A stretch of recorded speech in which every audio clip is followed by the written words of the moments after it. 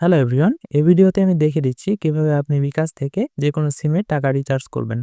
তো চলুন শুরু করা যাক। প্রথমে আমি বিকাশ অ্যাপটি ওপেন করে নিচ্ছি। এরপরে মোবাইল রিচার্জ অপশনটিতে ক্লিক করছি। এখানে দেখতে পাচ্ছেন নাম বা নাম্বার দিন। এই অপশনটিতে আপনি যেই নাম্বারে টাকা পাঠাতে চাচ্ছেন সেটি যদি আপনার ফোনে সেভ করা থাকে তাহলে এখানে নাম দিয়ে সার্চ করবেন, অথবা আপনি যেই নাম্বারে টাকা রিচার্জ করবেন সেই নাম্বারটি ডিরেক্ট দিয়ে দিলেও হয়ে যায়। তো আমি এখান থেকে আমি যেই নাম্বারে টাকা রিচার্জ করব সেই নাম্বারটি দিয়ে দিচ্ছি। নাম্বারটি দেওয়ার সাথে সাথে দেখতে পাবেন অনেকগুলো অপশন চলে আসবে। এখান থেকে আপনাকে যে সিমে আপনি টাকা রিচার্জ করবেন সেই সিমটি এখান থেকে সিলেক্ট করে নেবেন।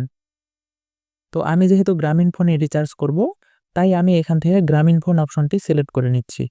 এখন আপনি এখানে যত টাকা রিচার্জ করবেন সেই টাকার পরিমাণটি দিয়ে দিবেন। এখন নিচের দিকে এগিয়ে যান অপশনটিতে ক্লিক করবেন।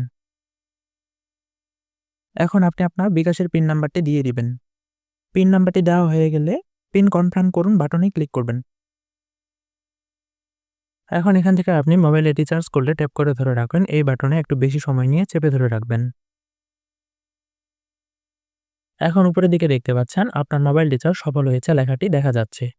তো এই ছিল বিকাশ অ্যাপ থেকে মোবাইলের যেকোনো সিমে টাকা রিচার্জ করার নিয়ম। চাইলে আপনিও এই নিয়মে বিকাশ অ্যাপের মাধ্যমে মোবাইলের যেকোনো সিমে টাকা রিচার্জ করে নিতে পারেন। ভিডিওটি কেমন লেগেছে তা কমেন্টের মাধ্যমে জানিয়ে দিতে ভুলবেন না। ভিডিওটি ভালো লাগলে চ্যানেলটিকে সাবস্ক্রাইব করে পাশেই থাকবেন। ধন্যবাদ।